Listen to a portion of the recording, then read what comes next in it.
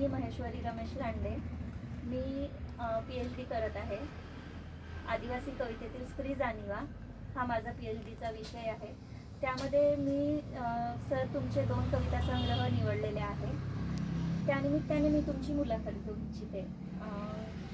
मी बाबाराव मडावी सरांची मुलाखत घेत आहे. प्रख्यात साहित्यिक आहे हे. महाराष्ट्र आणि बाहेर राज्यातही त्यांचं साहित्य मोठ्या प्रमाणात प्रसिद्ध आहे. त्यांच्या साहित्याचा मोठ्या प्रमाणात अनुवादही झालेला आहे आणि बऱ्याच विद्यापीठांना त्यांचं साहित्य अभ्यासासाठी देखील लागलेलं आहे. सर, मला तुम्हाला हेच सांगायचं आहे की तुम्ही एक छानशी कविता म्हणून दाखवा सुरुवातीला. हो का? बरं, काही हरकत नाही. कवितेचं नाव आहे लेक रे माझे उपवासी. म्हणजे या कवितेमध्ये स्त्रीच्या वेदना आपण चित्रित केलेल्या आहे. म्हणजे ही आपलं कुटुंब, आपली लेकरं बाळं घेऊन ती जीवन जगते आहे. तिच्या जगण्यामध्ये कसे कष्ट आहे, वेदना आहे, व्यथा आहे, हे या कवितेच्या याच्यामध्ये मी चितारलेलं आहे. लेक रे माझे उपवासी. लेक रे माझे उपवासी ग बाई, कशी करू मी हताश झाले ग बाई.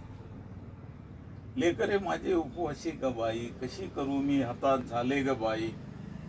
कष्ट करून पैसा उरत नाही, कष्ट करून पैसा उरत नाही. दैना माझी सरता सरत नाही, दैना माझी सरता सरत नाही. उपवास माझ्या संसारात बाई, उपवास माझ्या संसारात बाई. पोटात चिमुकल्याच्या अन्न नाही. तग धरू कशी मी सांगा तुम्ही, तग धरू कशी मी सांगा तुम्ही.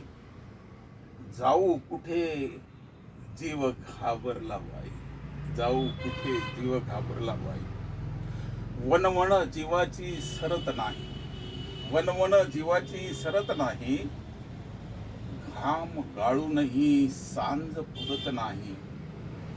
ही परवड आमची कुणी केली, ही परवड आमची कुणी केली. स्वातंत्र्यावर घाला आमच्या कुणी केला, स्वातंत्र्यावर घाला आमच्या कुणी केला. समतेच्या वाटेनं जावे कसे आम्ही, समतेच्या वाटेनं जावे कसे आम्ही. आकांत आमच्या संसाराचा मिटवा हो कोणी. श्वास हाडांच्या सापळ्यात धरा हो कोणी. न्याय आम्हाला ध्याना हो कोणी. ती अर्थ हक्क घालते आहे. समतेचं जीणं आम्हाला जगायला मिळायला पाहिजे अशी तिची पोटतिडीक आहे. दुनिया आमच्या घामावर तरी, दुनिया आमच्या घामावर तरी. कशी ही दुर्दशा कळत नाही. कष्ट करूनही उपाशी राहण्याची पाळी आमच्यावर का बरं आहे, हा प्रश्न इथल्या व्यवस्थेला ही कष्ट करणारी स्त्री विचारते आहे.